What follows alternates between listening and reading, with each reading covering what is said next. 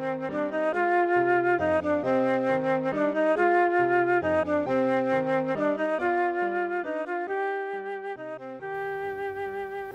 week's Torah portion is called Kedushim, and it approximately means holy ones. It's in context of the Heavenly Father calling on us to be holy as He is holy.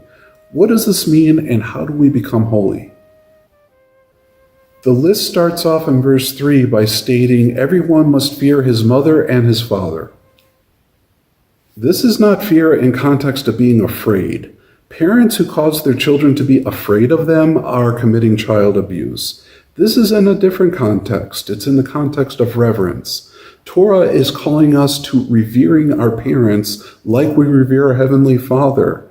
It's interesting that Torah upgrades the status of our parents from honoring them in the Ten Commandments to revering them here.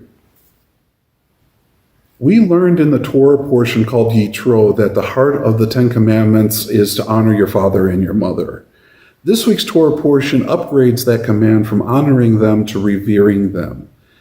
The status of our parents in both Torah portions is in parallel to reconciling our relationship with our alienated Heavenly Father. In fact, this week's Torah portion clarifies that this holiness, revering both of our parents, is like the holiness of revering our Heavenly Father.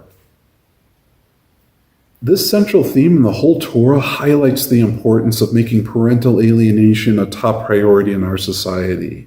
We have a biblical obligation to foster relationships between children and both of their parents.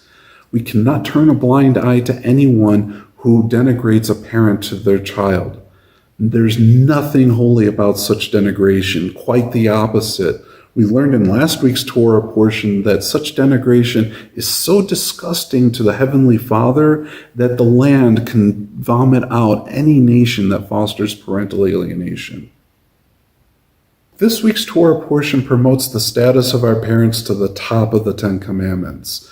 When we can revere both of our parents, the rest of the Ten Commandments fall into place. This prevents us from slipping into disgusting behaviors that not only destroy individual households, but entire communities. When we can build strong households, we build strong communities. The Torah portion applies these obligations to our court system. Chapter 19, verses 15 through 17 states, "You shall commit no injustice in judgment. You shall not be partial to the poor. You shall not favor the powerful.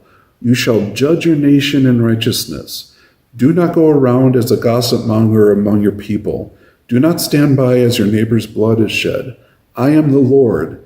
Do not hate your brother in your heart. You must certainly rebuke your neighbor and do not commit sin on his account." Our court system has a biblical obligation to be fair and impartial. Interestingly, the wording of the text equates Lashon Hara, which is gossip, with the spilling of blood, which is murder. In fact, we're forbidden from even hating our brother in our hearts. Whenever we see our brother committing Lashon Hara, especially against a child's parent, we have a biblical obligation to confront him about it. And this is in context of establishing fair and impartial court systems. In other words, our court systems have a biblical obligation to confront parental alienation. Last week we discussed models by Brian O'Sullivan and Erez Shani that court systems can adopt to effectively treat parental alienation. If you haven't watched it already, I encourage you to do so that you can learn some of the details why these models are so effective and how they're compatible with this Torah model that we are studying. The last section of this week's Torah portion makes clear just how serious the consequences are of ignoring this biblical mandate to stop parental alienation. "For any man who will curse his father or mother will surely die. He cursed his father or his mother, therefore his blood is on him."